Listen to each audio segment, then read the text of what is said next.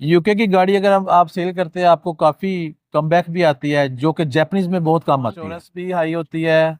Insurance को basically insurance company sometime discourage करते हैं। अच्छा। जापान की गाड़ी की वो थोड़ी सी हाई होती है और उसका रोड टैक्स भी थोड़ा हाई होता है। जापानीज तो गाड़ियां बहुत क्लीन गाड़ियां होती हैं कंपेयर टू यूके।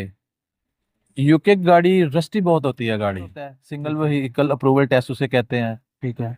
वो होता है, उसके बाद हम रजिस्ट्रेशन उसकी एमओटी करने के बाद रजिस्ट्रेशन अप्लाई करते हैं, वो 4 वीक 4 वीक वो ले लेते हैं। जापान में अच्छा। आपको ऑप्शन के साथ रजिस्टर्ड होना पड़ेगा।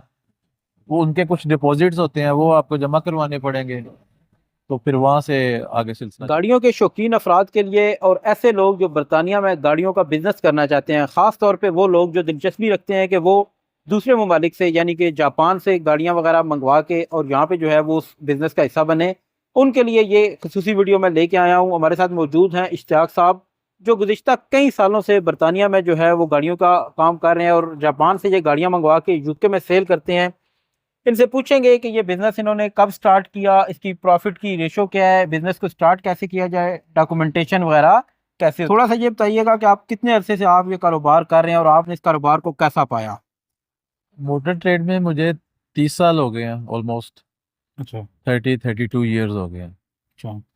तो अल्लाह का शुक्र है, बहुत अच्छा जा रहा है। प्रॉफिट मार्जिन अच्छा है अगर आप यूके की गाड़ी लेते हैं कंपेयर टू यूके गाड़ी। प्रॉफिट मार्जिन अच्छा है। यूके बेस्ड गाड़ियां भी हैं और जापान से भी गाड़ियां आती इम्पोर्ट हैं। वाली। और क्या फ़र्क क्या है, यूके वाली गाड़ी में क्या फ़र्क है और जापान वाली गाड़ी में क्या फ़र्क है। जापानीज जो गाड़ी है ना उसमें जापानीज गाड़ियां भी आती हैं और यूरोपियन गाड़ी भी इंपोर्ट करते हैं, जैसे कि आप देख रहे हैं। जी। ये गाड़ियां यूरोपियन भी इंपोर्ट कर रहे हैं और जापानीज में होंडा टोयोटा निसान वो भी आ रही हैं। ठीक है। फर्क ये है कि वो जापानीज गाड़ियां बहुत क्लीन गाड़ियां होती हैं कंपेयर टू यूके। यूके की गाड़ी रस्टी बहुत होती है गाड़ी, ठीक है। क्योंकि यहाँ पे स्नो फॉलिंग की वजह से सॉल्ट वगैरह डालते हैं शायद उसकी वजह से, लेकिन बहुत रस्टी होती हैं गाड़ियाँ। तो जापान, ये तो एक बॉडी की हद तक तो जापान की गाड़ी का एक फायदा है, उसके अलावा और भी कीमत में कम होती है, इंजन वाइज और कैसी होती है या। बिल्कुल प्राइस जो होती है, प्राइस भी उसकी कंपेयर टू यूके कार सस्ती होती है गाड़ी थोड़ी। ठीक है। इंजन वगैरह मैकेनिकल तो ऑलमोस्ट सेम ही चीज होती है, उसमें इतना डिफरेंस नहीं होता। अच्छा, कीमत आपने बताया कि सस्ती होती है, लेकिन जब गाड़ी यहाँ पे जब रोड पे आती है तो उसके लिए जो इंश्योरेंस, रोड टैक्स वगैरह ये हाँ, चीजें हैं, ये सेम होती हैं या नहीं ये थोड़ी सी हाई होती है। जापान की। इंश्योरेंस भी हाई होती है। इंश्योरेंस को basically insurance company sometime discourage करते हैं। अच्छा।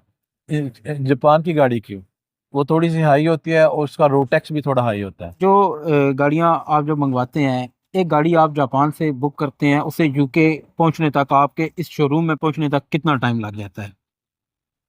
खरीदने से लेके यहाँ पहुंचने तक ऑलमोस्ट 3 महीने लग जाते हैं। 3 महीने लग जाते हैं। और ओवरऑल इसका प्रोसीजर क्या है। उसके बाद 2 महीने हमारे यहाँ पे और उसका आईवी एक टेस्ट होता है, सिंगल व्हीकल अप्रूवल टेस्ट उसे कहते हैं। ठीक है। वो होता है, उसके बाद हम रजिस्ट्रेशन उसकी एमओटी करने के बाद रजिस्ट्रेशन अप्लाई करते हैं, वो 4 वीक 4 वीक वो ले लेते हैं। अच्छा, आप एक मिनट के लिए फर्ज करें कि मैं इस गाड़ियों के बिजनेस में आना चाहता हूँ और सही। मैं ये चाहता हूँ कि जापान से गाड़ियाँ मंगवानी है, जी, तो मैं कहाँ से स्टार्ट करूँगा। आपको कंपनी रजिस्टर्ड करनी पड़ेगी, वीएटी रजिस्टर्ड होना पड़ेगा, फिर आप इंपोर्ट कर सकते हैं, अदरवाइज इंपोर्ट नहीं कर सकते। VAT registered. और इसके अलावा बाकी जो टैक्स ड्यूटी, काफ़ी सारी जो चीज़ें होती हैं, उसका क्या होता जी है। बिल्कुल, वो आपको देनी पड़ेंगी। ऑलमोस्ट 30% आपका लग जाता है, 32%, जिसमें ड्यूटी और टैक्स दोनों आ जाते हैं। ठीक है। अच्छा, कस्टमर के लिए तो आपने बताया कि गाड़ियाँ सस्ती होती हैं, एज अ ट्रेडर आपके लिए ये जो जापान की गाड़ी है वो आपके लिए भी ज़्यादा प्रॉफिटेबल होती है बनिस्बत इसकी कि आप यूके से गाड़ियाँ खरीद के यूके में बेचें। बेसिकली प्रॉफिटेबल भी होती है, उसमें पीस ऑफ माइंड बहुत होता है, क्योंकि फॉल्टलेस गाड़ियां होती हैं। यूके की गाड़ी अगर आप सेल करते हैं आपको काफी कमबैक भी आती है, जो कि जापानीज में बहुत कम आती है। ठीक है। तो ये काफी पीस ऑफ माइंड है आपके लिए, अगर आप बिजनेस कर रहे हैं तो वो बहुत बेहतर है। अच्छा, हमारे बहुत से जो हैं वो देखने वाले, वो चाहते हैं कि ये कारोबार करें, हमारे हमसे सवाल पूछेंगे, इसीलिए जो है वो हम आप तक पहुंचे हैं। जी जी। क्या आप उन्हें बताएंगे थोड़ा सा, अगर आप डिटेल में बता सकें कि अगर कोई आना चाहता है, वो कंपनी वीएटी आपने बताया कि रजिस्टर करें, ओप होना पड़ेगा। उसके बाद जापान में वो कैसे जो है वो डीलर से रब्ता करना पड़ता है, वहां से जो है वो क्या तरीकाकार होता है। जापान में आपको ऑक्शन के साथ रजिस्टर्ड होना पड़ेगा। वो उनके कुछ डिपॉजिट्स होते हैं, वो आपको जमा करवाने पड़ेंगे, तो फिर वहां से आगे सिलसिला चलता है। तो ये जो सारा बिजनेस है, आप जापान से गाड़ियां ला रहे हैं, वो आप यहाँ बैठ के कर सकते हैं या इसके लिए फिजिकली आपको वहाँ पे जाना पड़ता है?